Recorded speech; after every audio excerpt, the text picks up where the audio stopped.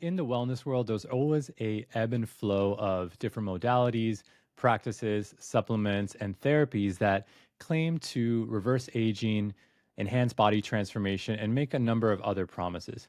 Currently, a lot of those practices include things like HIIT training, intermittent fasting, NAD supplements, and cold plunges, and much more. Turns out, though, that a lot of these practices are actually creating a lot of more harm than help, especially for those that have what is called a Vata imbalance or a Vata body type.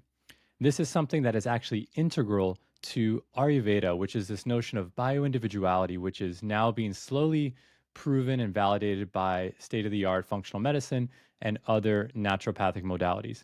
So, to help us dive deeper into this topic of what Vata is, how to identify if I have, and what are some tips in order to mitigate the effects of stress and living in this fast paced kind of hustle culture that we're in, I brought on Maria Jose, who's a Ayurvedic practitioner based in Montreal, who is going to guide us through this conversation. And hopefully by the end, you'll understand what Vata is if you are a primarily Vata dosha person, and some very tactical tips in order to balance Vata in your life or that of your loved one. So, Maria Jose, welcome to the show. Great to have you.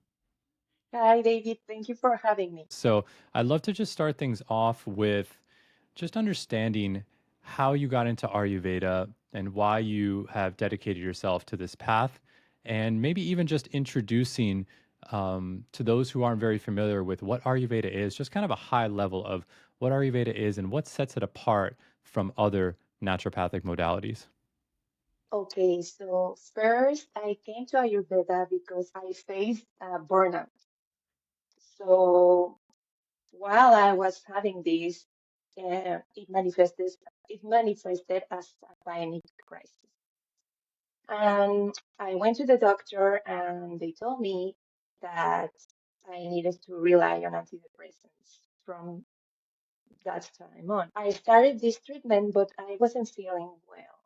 I wanted to know more about this, why I arrived to that point. And I started my research and I came to Ayurveda because I was practicing yoga. Hmm. I was practicing Iyengar yoga, and one of the books of Vita Iyengar talks about her personal practice on Ayurveda because she was an Ayurvedic practitioner. And so since then, I was just thrilled about this. I started buying books and it all made sense to me. Wow, Everything made sense. nice. And And I started, yeah, w- was there something specific that like really clicked for you? So as you were coming to Ayurveda, you're just like, wow, this all, really connects the dots for me. Was there anything like that that happened? yes, it was, well, it always starts when you start reading about Ayurveda. You start reading about the doshas. Okay. And so while I was reading about this, I immediately identified with Pitta and Vata doshas. Mhm. And both of them, when they are combined and enhanced out of balance, they create a burnout. Okay. And just to clarify, are you a Pitta Vata, Vata Pitta? What is your dosha? Yes, I am a Pitta Vata Prakriti. Pitta Vata. Okay. I believe I'm a Vata Pitta. So, but not too dissimilar. Okay. But I live in a Yes, but I live in a very Pitta environment, which is New York City, very Pitta. Lots of fire energy.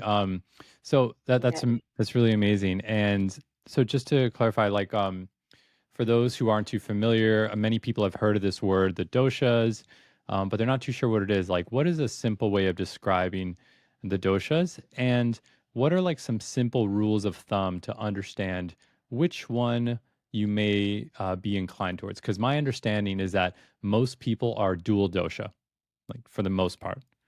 Maybe there's Yeah. some exceptions, or maybe you know something different. But what are the doshas, and kind of what are some ways to figure out which one we kind of lean towards?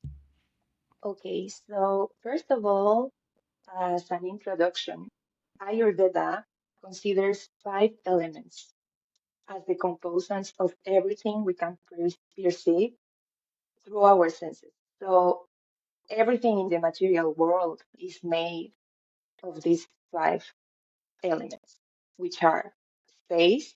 air, fire, water, and earth. We all are made of this. Hmm. But then we have tendency to have more, produce more of one, two, three, or four elements. And that will be our Ayurvedic nature. Now, these five elements, they have each one its own characteristics. But when they start playing together, they start creating energies. And these energies are the doshas. But we also have vital energies, which are less known, but those are the ones that we are trying to have more, to invite more into our lives. And then the doshas are the way as us practitioners can measure the other ones that we are trying to have more.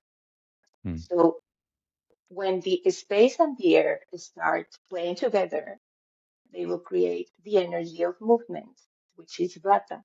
Hmm. Then the fire and a little bit of water, but it's mostly like a little bit of oil because fire needs oil to burn, will create the energy of transformation, which is Vata Dosha. Hmm.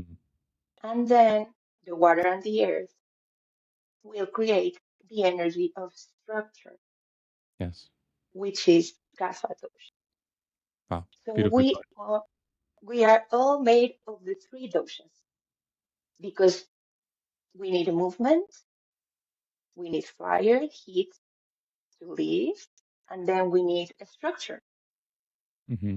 But then when we are born into this body, we have a unique nature according to Ayurveda. And this nature will be that you will have tendency during all your life to produce more of one or two energies. Hmm. So one or two doshas. And this is the Ayurvedic nature, which we call Prakriti. This will never change. Right. And then we have another measure, which is your current state of balance. So your energies, according to your nature, where are they now? Okay. And it's normal that they change. But when the change lasts for longer, then this is an imbalance and we call it Vikriti. Hmm. Okay. So it sounds like you have your constitution, which is kind of what you're born with, and then within that maybe some tendencies, and then throughout your life you'll have fluctuations within these three energies, and that could kind of fluctuate. So that's kind of how we look at imbalance or dis-ease. Is that right? Kind of, does that make sense? Or it sounds like we have our constitution, which we're born with, kind of where you favor one or the other, but then we have an ebb and flow throughout our life. So we may be in more in one versus the other. And my understanding is that stages of life even have their own dosha. Like when you're a child, it's Exactly. kapha, and our adult, it's pitta. Maybe when you're older, it's more vata, right? As an example. Yes, And then we're basically kind of ebbing and flowing. But when we go too out of balance in one way, that's what we're evaluating is like where we kind of stand and what the synergy between these energies are. Is that right? I just wanted to make sure. Okay. yes, Okay. it's absolutely right. Okay. Because Ayurveda is working hand in hand with nature. Hmm. So nature is always changing, even during the day. Like at times we have sun, at times we don't have sun. The seasons of the year, the moon phases, Yeah, absolutely. your So it doshas, sounds like the the fluctuation then, you know, the way that the seasons fluctuate, let's say, like we have times of the summer, spring, it sounds like it'd be more of that time of transformation. Then we have more of the slowing down. So that's kind of happening within our own bodies on a daily basis even. exactly. Okay. That's really Yes. that's really beautiful and even poetic actually on some level. Um So, thanks for that explanation. I'd love, since today's topic is focused on the Vata dosha. So now we understand Mhm. the element. We're talking about space and air, so ether and air. Can you tell us a little bit about Vata, how Vata dosha shows up in our modern world, and maybe what are some signs that this is out of balance? So, kind of just understanding like who is a typical like Vata dosha person, and then what does this imbalance look like, even for people that are not Vata dosha? Yes. So, first of all, Vata dosha has a seat in our body.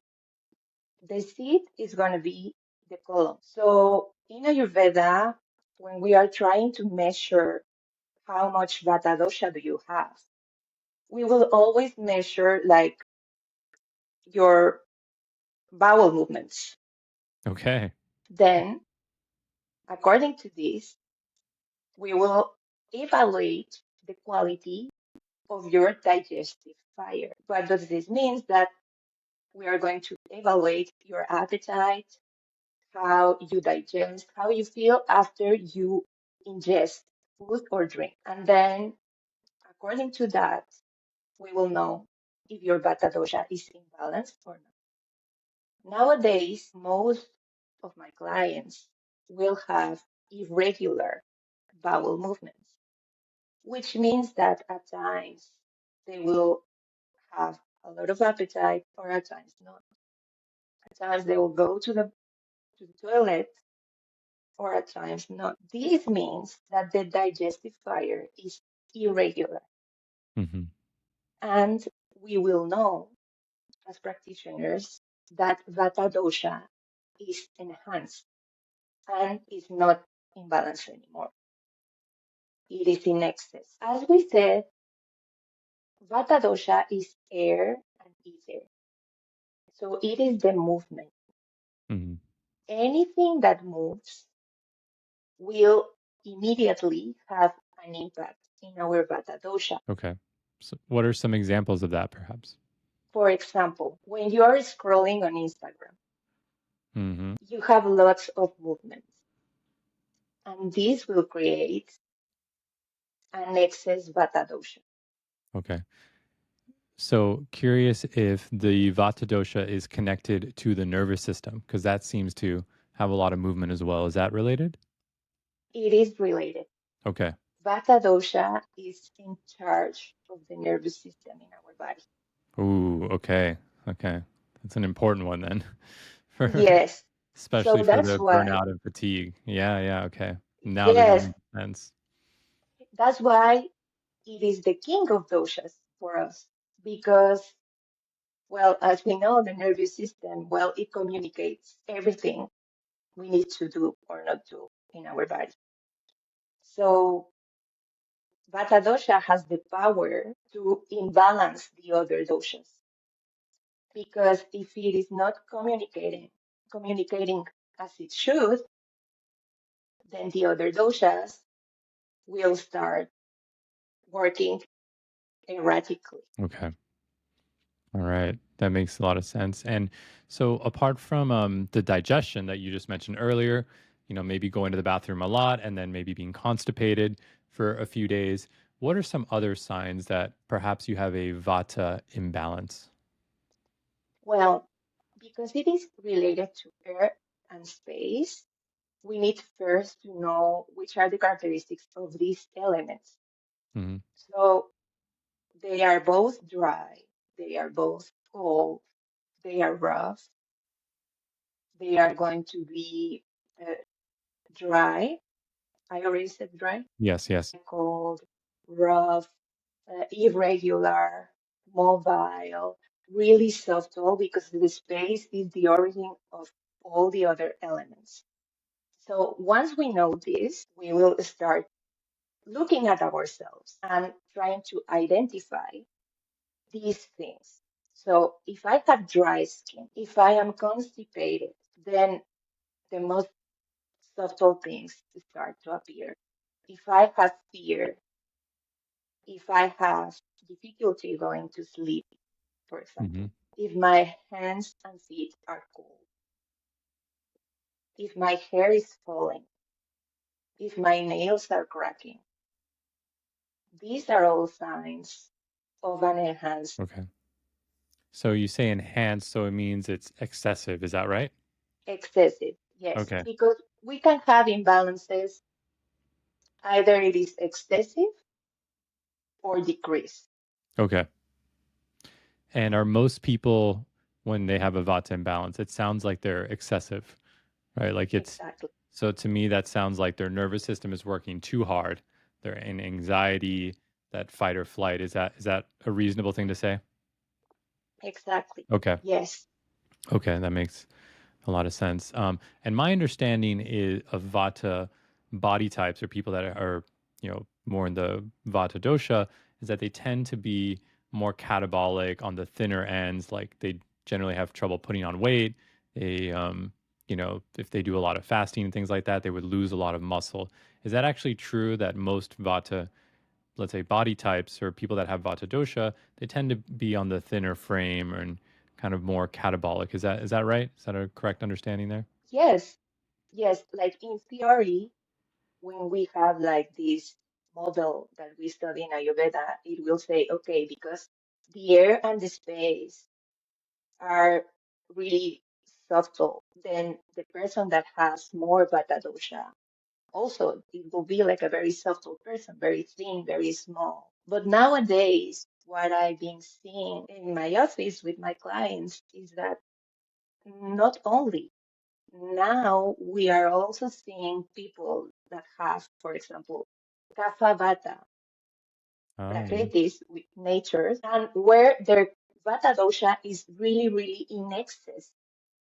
So, first instance, they will come and they have large body frames, but they will have a really imbalanced Vata dosha, which means that they will have Vata dosha in excess too.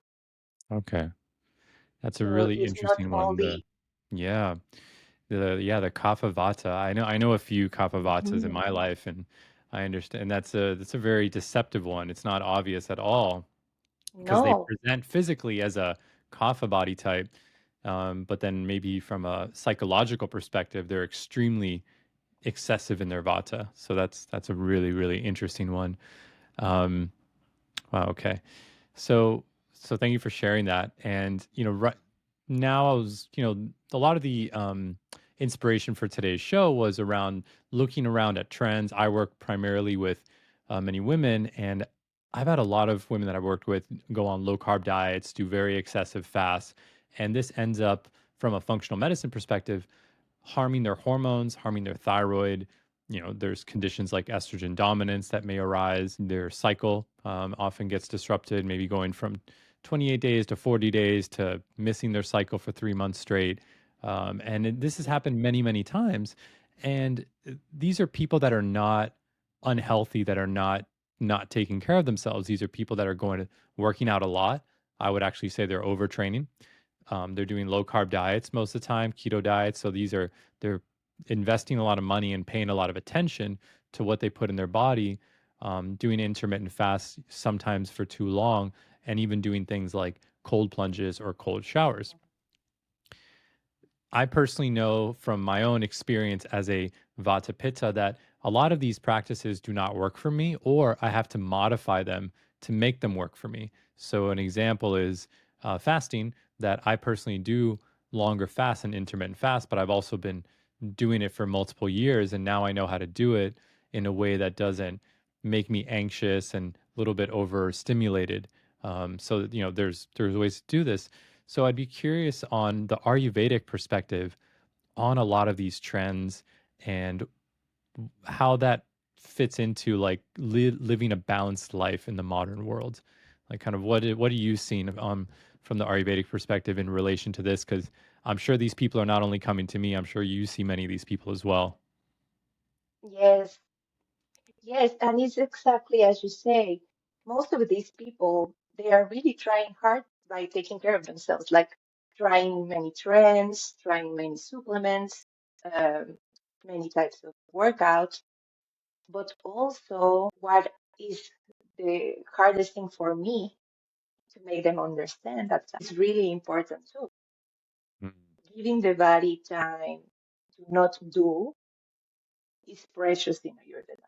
Giving your body also the space to digest situations, emotions, food.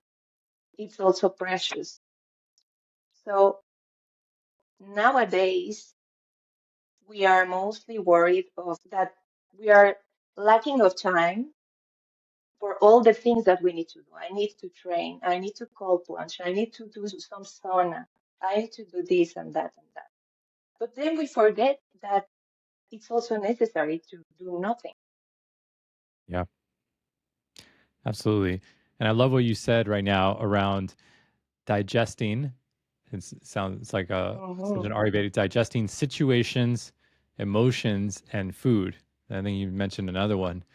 And that's actually a really interesting point because there's so much that happens to us in just a normal everyday life, even as something as trivial as like a post you see online that maybe had an impact, but you didn't actually process what felt emotion you had maybe in your body or something else that came up for you and because you move on to the next thing so quickly. Yeah, that's really, really fascinating. And so how do you address these vata imbalances typically? So someone comes in, let's say this kapha vata person, they have excess vata. I'd be curious just on like fundamental principles for someone who is experiencing that, constipation, dryness of the skin, anxiety, fear, etc. Maybe starting with nutrition and then we can kind of go down the line, but kind of understanding a little bit about what are some best practices for balancing vata. Yes. So first, when they arrive, I will start by learning their nature because in Ayurveda we have many practices that we can put in place, but it Mhm. will all depend on the person's nature. Only to give an example, when I first started learning about Ayurveda, it was said everywhere. You need to take ashwagandha in order to calm panic, in order to calm fear, to balance Vata Dosha. And I started doing it, but I started doing it wrong because my principal dosha is Pitta and ashwagandha is really heating. Oh, okay. So when I started taking it, I started breaking out, having diarrhea, loose stools, and it wasn't helping at all. So that's why it's really important to know the nature first. So we will start by addressing which is their nature. Then, in which state Vata dosha is in balance? Because in Ayurveda, we consider 6 stages before an illness to start. So it will always like accumulate in your seat and then it will go out, it will start moving. So where is it this Vata dosha? Mm. And then, for example, here in Canada, we are really restricted with the Ayurvedic practices we are able to do. So most of the time it's going to be through diet and through lifestyle. Three of the pillars of Ayurveda, soft pillars, because the principal pillars are lifestyle and diet. Mhm. But I like to tell that there are two because it's food and lifestyle. And then the sleep will only come, will follow. Because Sure. you are not able to say, okay, now I need to sleep. When you're having insomnia, you cannot do this. Of course. But you can control what you eat and how you live your life. So we will start by that. What are they eating? Most of the times they are lacking oil. They are lacking hydration, but not only from water, because most of them will tell me, for example, I'm drinking 2 liters of water, like I'm not dehydrated, but it's like, no, these will all also come through oil, Oh, you okay. know? Yeah, and oil is very misunderstood and overlooked in the Western diet. And I was speaking with one Ayurvedic practitioner, and she summed up she summed up health in like one word: is like you go from being a grape to a raisin, and you just need to stay dry Exactly. or you need to stay wet. Sorry, Exactly. moisture. And the oil, I Yes. feel like because I'm a big fan of ghee, so this is how I learned this. Hmm. So, yeah, tell me more about the types of oil and how you would incorporate oil as a vata person or someone with a vata imbalance. Yes. So now that you're talking about ghee, ghee it will also depend on your nature, because if the person has a pitta, that's a nature. Ghee is going to be a nectar because ghee is cooling. Okay. Amazing. For you, for example, you are Vata Pitta. It's like a nectar. But then there's a person that is only Vata. So maybe for this person, we will start with something more rich and warm, like sesame oil, for example. Ah, yeah. Okay. And the sesame oil, would that be in food or would that be in like an abhyanga massage with the sesame oil, like in the actual food, Both, like cooking oil? Oh, both. Okay. Understood. both, yes, both. You will start introducing oil internally, so through foods, but also externally, because in Ayurveda, we always speak about the matter, Hmm. but also the subtle things related to it. And for example, our sense organs, the touch is related to Vata. Interesting. So that's why most of the medicinal massages in Ayurveda, the Abhyangas, use oil, because what we are trying to do is arrive through touch with oil and with medicinal oils, because we will infuse these oils, we will prepare them with very specific formulas according to the needs of the person. Hmm. So returning to Vata, we will start eating with more oil, and then we will start practicing self-massage, and then also we will start introducing oil through our nostrils, through our ears, and we will start doing like this oil pulling practice. Okay. Okay.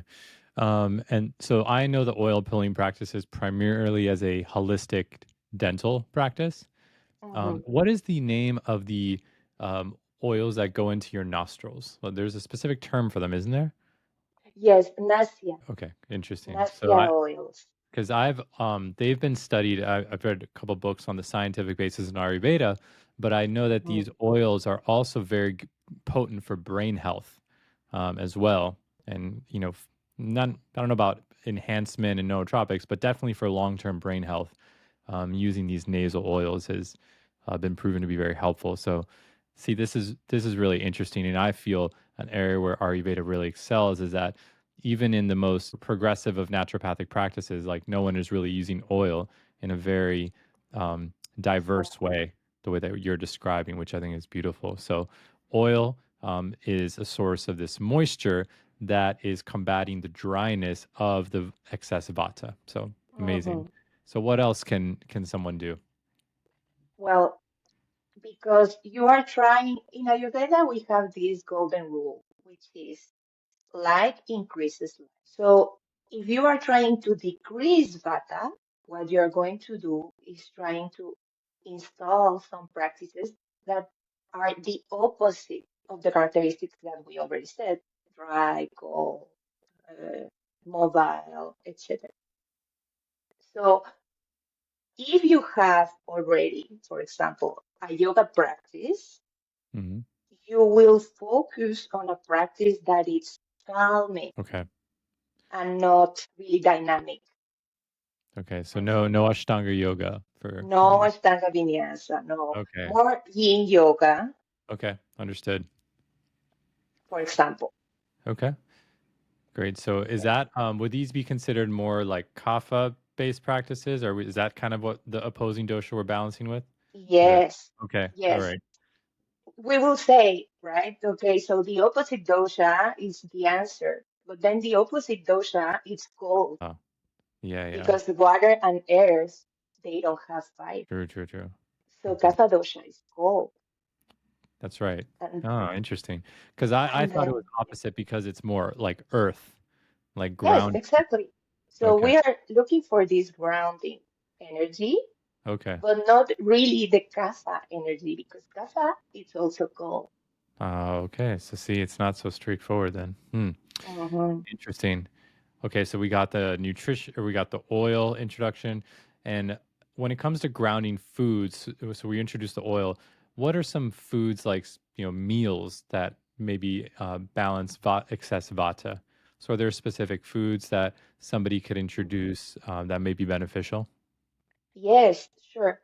For example, in Ayurveda, the rule is everything local and in season. When you buy an Ayurvedic book, for example, it will probably say, okay, you need to buy this ingredient, let's say watermelon, to calm your Pitta dosha, but you are in winter, so no Nope. watermelon. You Yeah. will try other options. You will try other cooling ingredients and local, because what is local, it's it's also for being sustainable, but in Ayurveda, we are talking about energies too. So whatever the earth is giving you in the place you are at right now is what you need. Mm-hmm. Okay. Then, now moving to Vata Dosha. For example, right now, for us, that we are Northern Hemisphere, East side, we have a lot of root vegetables. Yes. And root vegetables means that they are on the ground, and that will give us the grounding energy that we need in case our vata is enhanced, because they are heavy. Once they are cooked, they are going to be moist, they are going to be unctuous, Mm. and that's what we are trying to increase in our body. So we are trying to give more of three tastes. In Ayurveda, we consider in Ayurvedic nutrition six tastes. Okay. They will all have the five elements, just like us, but some ingredients will have more of two, just like us. Of course. And these six tastes are sweet. Sweet is the same as kapha dosha, so it will have more of water and earth. Then we will have sour, which has fire and water.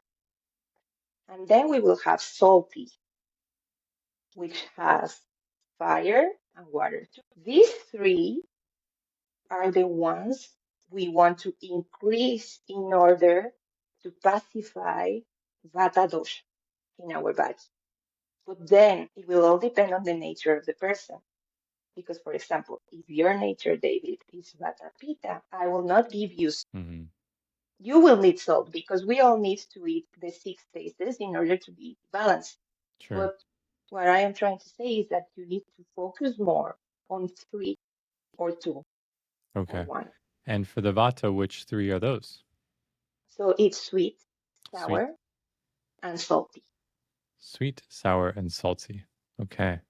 Hmm. Nice. So that's a really nice rubric. And you know what I like about that in particular compared to, laboratory based naturopathy is that anybody can intuitively do that. Like, you know, I can't taste zinc or flavonoids or Exactly. antioxidants, but this approach in Ayurveda of simply saying like, oh, I need to favor, this sweet, sour, and salty. I think that's something that if you cultivate your intuition, you could easily navigate a menu or navigate the grocery store without really having to, fixate on like the specific nutrients, and it's less cognitive based. For me, it actually cultivates a deeper connection with food because a lot of times I think the way that Western people look at food is, based off of laboratory analysis of like, oh, it Hmm. has this compound or, this antioxidant. And, these are not things that can be detected in the foods directly through your experience, right? So I think that's really beautiful as well.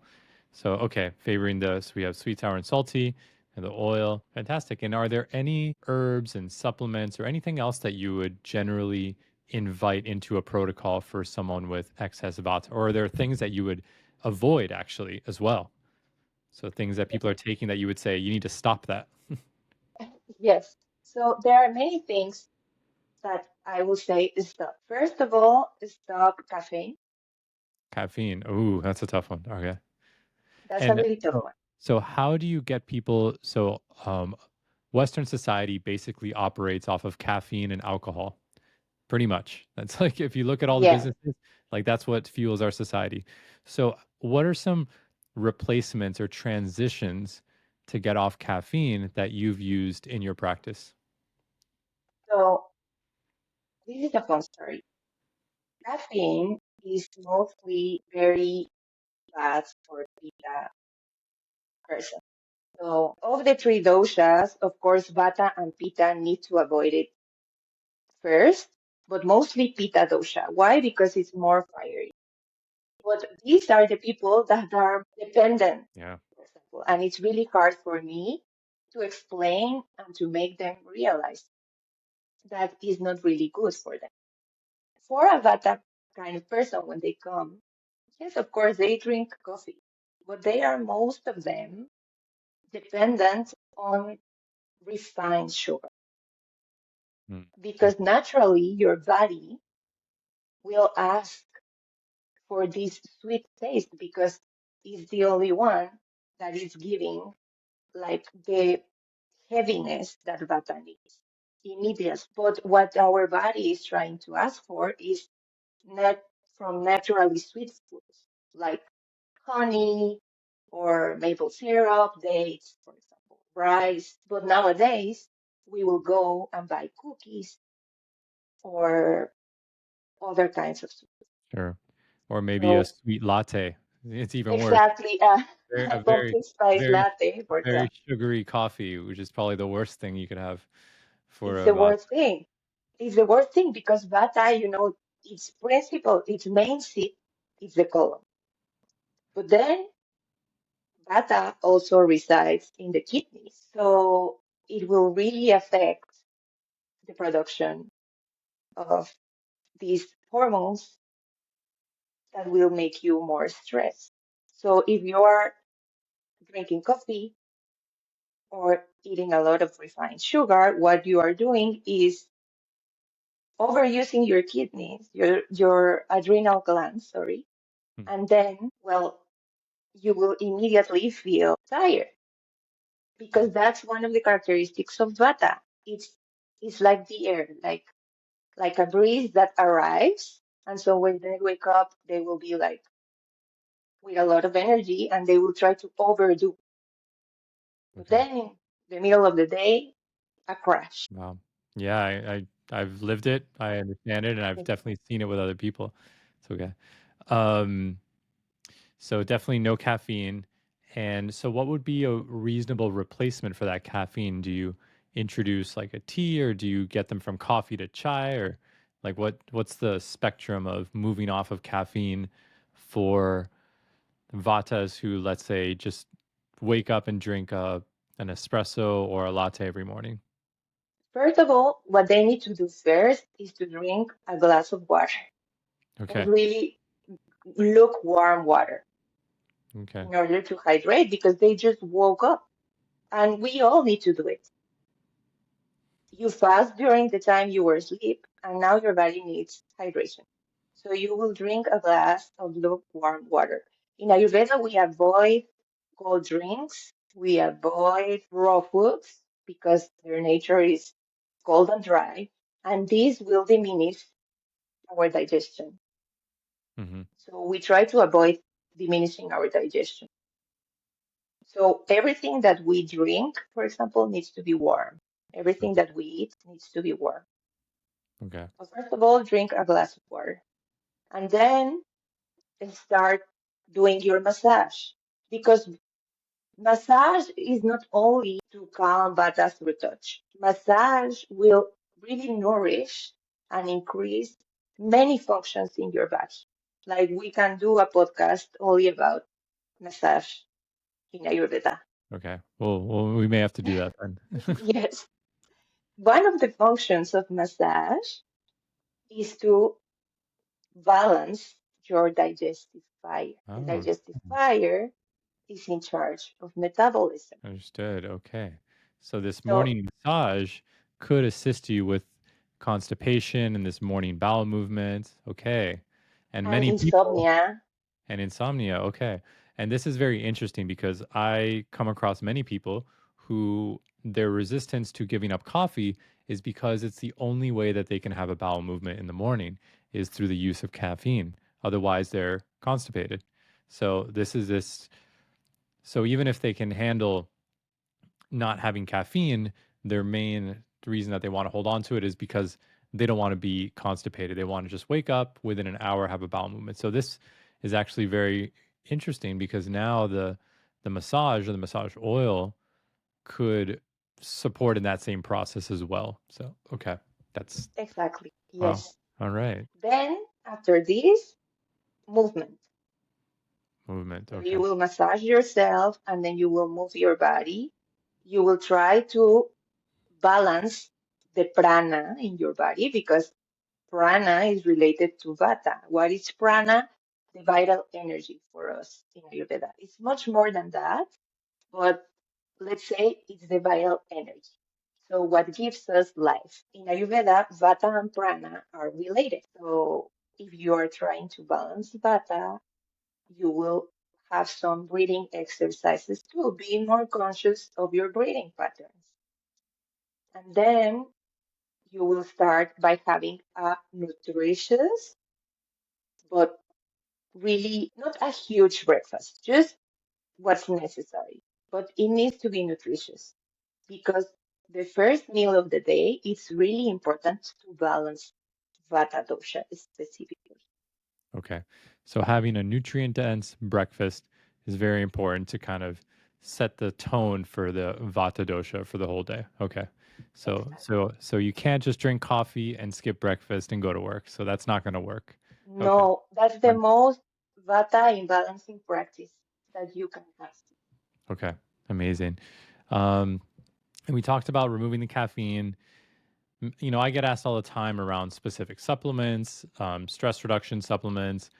There's many in there, like, you know, you mentioned ashwagandha already. There's phosphatidylserine, there's magnesium, Chinese skullcap, so many more. Yes, Are there any specific herbs that you recommend in order to balance the nervous system, to balance stress that are often included for those with a vata imbalance?